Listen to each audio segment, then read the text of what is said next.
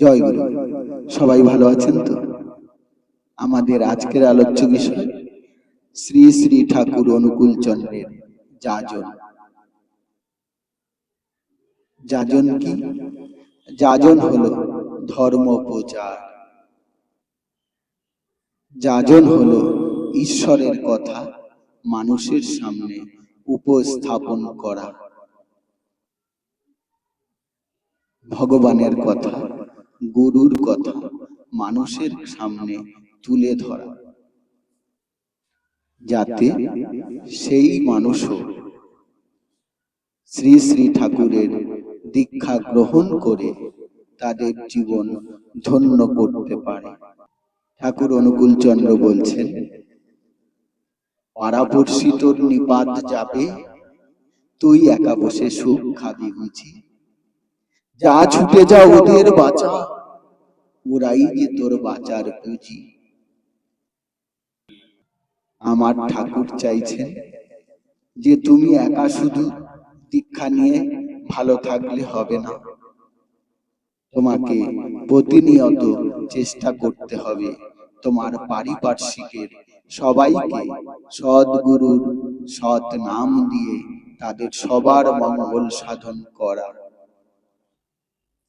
আমরা দীক্ষা নেওয়ার সময় আমরা প্রতিজ্ঞাবদ্ধ হয়েছি শ্রী শ্রী ঠাকুর অনুকূল চন্দ্রকে প্রতিষ্ঠা করাই আমাদের জীবনের একমাত্র লক্ষ্য। আমরা প্রতিজ্ঞা করার পরে এই কথার থেকে, এই অঙ্গীকার থেকে মুখ ফিরিয়ে নিতে পারি না। দীক্ষা নেওয়ার সময় আমরা যে শপথ বাক্য পাঠ করেছি, দীক্ষা নেওয়ার পরে আমাদের নিজের করা অঙ্গীকার থেকে আমরা পিছিয়ে আসতে পারি না। আমাদেরকে শ্রী শ্রী ঠাকুরের কথা, ধর্মের কথা, প্রেমের কথা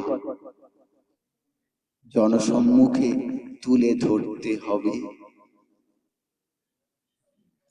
দেখুন, আমরা এই ধর্ম প্রচারের বিরাট বড় নিদর্শন পাই সম্রাট অশোকের মধ্যে। সম্রাট অশোককে আমরা যখন চণ্ডাশোক হিসাবে জানি, যিনি একের পর এক বিভিন্ন রাজ্য আক্রমণ করে মেরে ধরে সেই সকল রাজ্য দখল করত, সেই সম্রাট অশোককে আমরা কেউ মনে রাখি না। আমরা সেই অশোককে মনে রাখি কলিঙ্গ যুদ্ধের পরে যিনি চণ্ডাশোক থেকে ধর্মাশোকে পরিণত হয়েছিলেন, যিনি পরবর্তীকালে তার সারা জীবন বৌদ্ধ ধর্ম প্রচারের মাধ্যমে কাটিয়েছেন। সুদূর শ্রীলঙ্কা থেকে জাপান পর্যন্ত তিনি বৌদ্ধ ধর্মের প্রচার করেছেন। তাই তো আজ পৃথিবীর বিভিন্ন দেশে বৌদ্ধ ধর্মের প্রচার রয়েছে। ভগবান শ্রী শ্রী চৈতন্যদেব, আমার মহাপ্রভু যদি এই ধরায় আবার না আসতেন, তাহলে কে কৃষ্ণ নাম প্রচার করত? মহাপ্রভু নতুন ভাবে কৃষ্ণ নাম মানুষের মধ্যে বিতরণ করলেন, প্রেমের মাধ্যমে বিতরণ করলেন। তাই তো অধিকাংশ পূর্ব ভারতে তিনি সনাতন ধর্মের কৃষ্ণ নামের প্রচার করে গেলেন। আর আমার শ্রী শ্রী ঠাকুর অনুকূল চন্দ্র চান এই পৃথিবীর প্রত্যেকটি মানুষ সৎ মন্ত্রে দীক্ষিত হয়ে যেন বাঁচা বাড়ার মন্ত্র নিয়ে একটি সুন্দর পৃথিবী করে তোলে। এর জন্য আমাদেরকে ধর্ম প্রচার, গুরুর প্রচার করতে হবে। মানুষকে বোঝাতে হবে শ্রী শ্রী ঠাকুর অনুকূল চন্দ্রের আইডিওলজি। এটা একটা বিজ্ঞান সম্মত ধর্ম। এখানে কোনো তুকতাক, কোনো মন্ত্রতন্ত্র এসব কিছু নেই।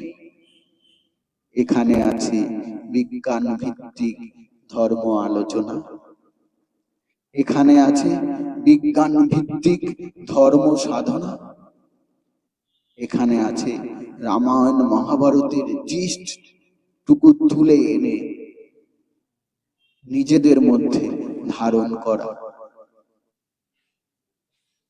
এখানে আছে ইষ্টভীতি পালন করে নিজের জীবনের সর্বাঙ্গীন মঙ্গল সাধন করা। এখানে আছে যুগ উপযোগী সৎ নাম, যার ভাইব্রেশন, যার শক্তি অনেক বেশি।